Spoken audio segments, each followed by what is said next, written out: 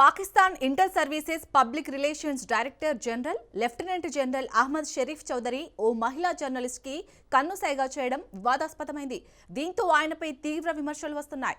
మాజీ ప్రధాని ఇమ్రాన్ ఖాన్ గురించి మహిళా జర్నలిస్ట్ అబ్సా కోమన్ ప్రశ్న వేసిన సమయంలో ఈ ఘటన జరిగింది. ఇమ్రాన్ ఖాన్ వల్ల జాతీయ భద్రతకు ప్రమాదం ఉందని, దేశ వ్యతిరేకి అని ఢిల్లీ కనుసన్నుల్లో ఉన్నట్లు ఆరోపణలు చేశారని, దీంట్లో ఎంత వాస్తవం ఉందని ఆ జర్నలిస్ట్ అడిగారు.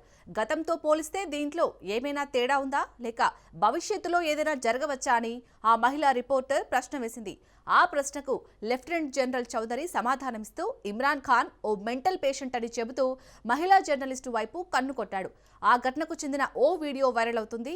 కెమెరా ముందు ఆర్మీ ఆఫీసర్ కన్ను కొట్టాడని, పాకిస్తాన్లో ప్రజాస్వామ్యం లేదని, పీఎం ఓ కీలుబొమ్మ అయ్యారని కొందరు కామెంట్ చేశారు. ఇమ్రాన్ను జైల్లో కలుస్తున్న వాళ్లంతా పాకిస్తాన్ ఆర్మీపై విషం చిమ్ముతున్నారని చౌదరి ఆరోపించారు.